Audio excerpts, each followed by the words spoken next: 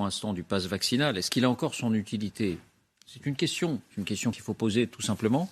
Mais juste avant, vos questions, vos réflexions sur un petit coup d'œil, non pas dans le rétroviseur, mais qu'est-ce qui s'est passé pour qu'on en vienne à intoxiquer? On l'a pas fait beaucoup ici, il faut bien le reconnaître, on a été critiqué pour ça, sur la dramaturgie Omicron. Sophie.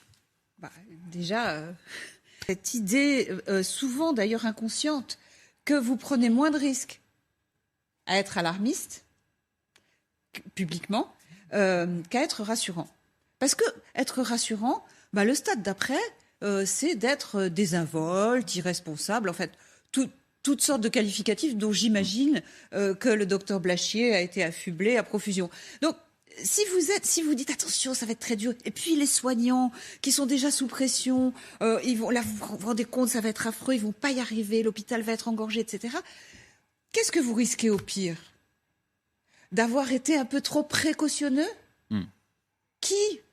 C'est pas très grave. Mais qui passera en procès public pour avoir été trop précautionneux? Alors que à l'inverse, en Russie, font vent, attention, ça arrive, c'est dangereux.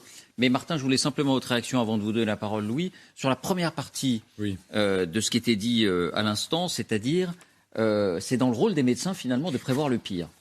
Non, pas des médecins de santé publique, en tout cas. C'est-à-dire qu'un médecin, effectivement, qui est au lit du malade, lui, il est biaisé, il ne voit que les cas les pires, donc il n'a pas de vision d'ensemble. Beaucoup de médecins qui n'ont pas cette vision d'ensemble ont voulu aller sur ce champ-là et ont voulu s'exprimer sur des choses qu'ils ne maîtrisaient pas.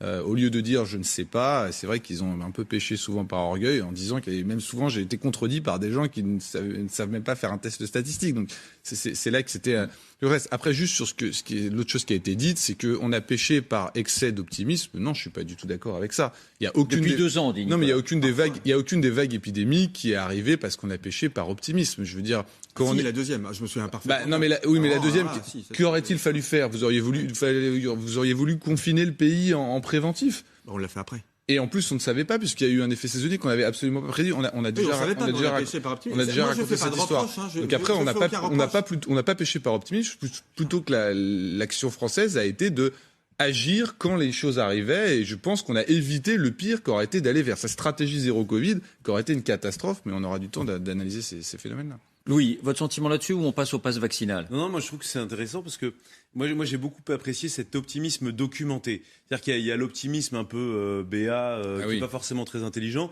Et là, à chaque fois, effectivement, il y avait surtout Martin Blachier et vous, David, toutes les semaines, on avait quand même des courbes, des graphiques. Moi, je vous cache pas qu'au début, je rêvais de pouvoir vous croire, mais au fond de moi, je me disais est-ce que vraiment ça va se produire de cette manière-là? Et finalement, effectivement, je trouve qu'on a sans doute fait un petit peu trop. Et ensuite, il y a une deuxième chose, moi, qui m'a fait... Il y a eu un moment où j'ai basculé dans l'optimisme, pour le coup, réel. C'est à partir du moment où les équipes d'Emmanuel Macron ont commencé à faire savoir que le président, dans 15 jours, 3 semaines, prévoit de déclarer sa candidature ou prévoit de se mettre en marche c'est le cas de le dire, pour sa campagne présidentielle. Et tout d'un coup, j'observais la coulisse de cette mise en marche de la campagne présidentielle. Je me suis dit, c'est impossible que le président fasse ça si réellement il avait des données qui étaient alarmistes ou extrêmement inquiétantes. Donc je me suis dit, tiens, c'est... Vous voyez les déroulants en bas de votre écran, 298 morts par exemple ces dernières 24 heures. Donc ça, on est en dehors de la vague Omicron. La vague Delta, qui est aujourd'hui clairement sur la pente descendante, il y a une pente douce descendante depuis un mois et demi, mais là la baisse s'accentue avec l'effet de retard, parce que ce variant Delta était à peu près similaire à ce qu'on avait connu avant, le variant Beta, le variant Alpha. Avec ce variant Delta, on voit des personnes au bout de 3 semaines, 1 mois en réanimation, et puis une partie de ces personnes en réanimation vont perdre la vie, et notamment les personnes âgées. Donc ça, c'est ce qui explique encore les chiffres difficiles à encaisser, mais qui n'ont pas à voir avec la vague Omicron. Et c'est ça qui est important. Et c'est bien sur cette vague Omicron, parce qu'elle a eu des niveaux de contamination très élevés, qui a alimenté ce discours de peur depuis un mois. Question que j'ai envie de poser très brève à Martin Blachier. Il se trouve que ce soir, les chiffres, c'est la première fois depuis 4 ou 5 jours, je crois.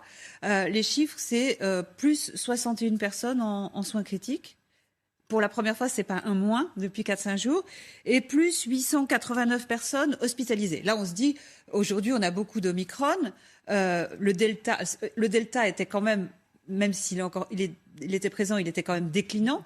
Donc, est-ce que c'est ce qu'on pourrait appeler l'effet du lundi qui est lié? C'est ce que m'a répondu un de vos confrères une fois. Elle m'a dit, le lundi, il y a plus d'admissions à l'hôpital parce que c'est un peu idiot, mais pour 1000 raisons, il y en a qui... Ou est-ce que ça contredit cette phase optimiste à laquelle on assiste? Et là, nouveau débat, tout s'inverse. C'est le débat sans fin. Il y a deux choses assez différentes qui sont les hospitalisations et les hospitalisations en soins critiques. Les hospitalisations en soins critiques, c'est vrai que le faire au jour le jour, je pense que que ça n'a pas beaucoup de sens. Il faut regarder la tendance. Et d'ailleurs, la plupart des gens qui font les graphiques lissent sur plusieurs jours. On a une tendance qui est soit sur un plateau avant que ça redescende, et en plus les admissions soins critiques sont jamais quelque chose qui descend très brutalement. C'est ce qu'on a vu d'ailleurs en Angleterre et au Danemark. Après, sur les hospitalisations, il y a aussi un phénomène qui sont ces fameux cas importés, c'est-à-dire des gens qui sont hospitalisés et qui sont PCR positifs, et ça, il peut y avoir une certaine fluctuation. Et en plus, les hospitalisations, on s'attend qu'elles continuent de monter. On a dit que l'Omicron pouvait entraîner un certain nombre d'hospitalisations, dont je rappelle la moitié font moins d'une seule journée. Donc on parle quand même d'hospitalisations qui sont sur des cas assez peu sévères.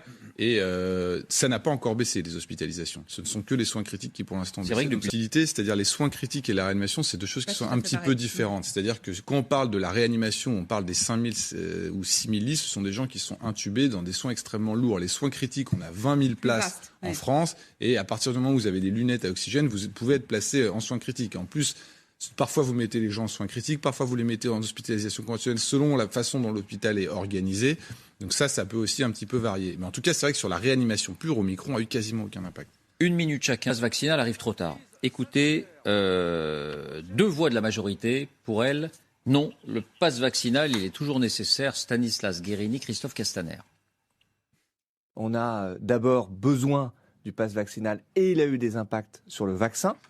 La semaine dernière, 200 000 personnes se sont primo-vaccinées, ont fait leur première dose. Ça, c'est exactement l'impact du pass vaccinal. Et puis, on voit bien qu'on a besoin, quand il y a des variants dans cette épidémie, d'avoir des outils qui soient prêts pour la crise. La situation sanitaire aujourd'hui, même si on connaît une légère amélioration, implique que nous nous armions et que nous combattions le virus. C'est ce que nous faisons.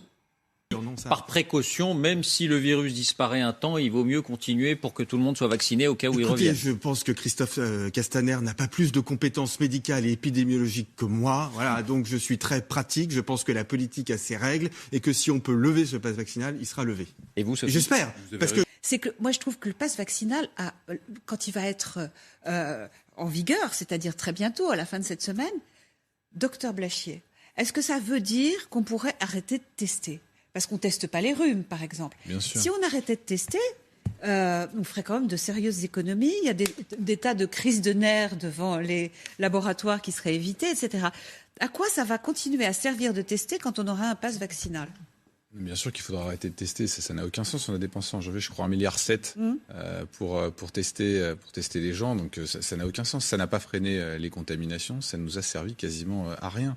Donc c'est un sujet à 20 milliards d'euros par an, quand même. Un sujet à 1 milliard d'euros par mois, en tout cas pour le mois de décembre. 1,7. Donc on est presque à 20 milliards. Si on continue, on est à 20 milliards d'euros par an. Ça mérite de riche, on va pas continuer. Le pass vaccinal, ça mérite d'en parler. Non, mais le pass vaccinal, c'est pas un outil de santé publique, donc c'est pas un outil qu'on va pouvoir utiliser à moyen terme, parce qu'il y a quand même y avoir les rappels d'avant l'hiver prochain qui vont être un sujet, mais on va pas pouvoir vivre jusqu'à l'hiver prochain avec le pass vaccinal, donc il va falloir l'abandonner. Je pense que le pass vaccinal était une erreur sur le plan scientifique parce qu'il arrivait beaucoup trop tard. Et d'ailleurs, Stanislas Guerini se trompe quand il dit que ça nous a permis de faire 200 000 primo-vaccination. C'est essentiellement des vaccinations d'adolescents et de jeunes adultes. Donc ça nous a servi strictement à rien, puisqu'en plus c'est une vaccination où l'efficacité sur la contamination baisse au bout de quelques semaines. Donc ça n'a servi à rien. Et je pense que ça va coûter politiquement à Emmanuel Macron. Je vois pas comment ça peut être différent. C'est-à-dire que en plus, il y a quand même eu ce petit dérapage qu'il a eu sur j'emmerde les non-vaccinés.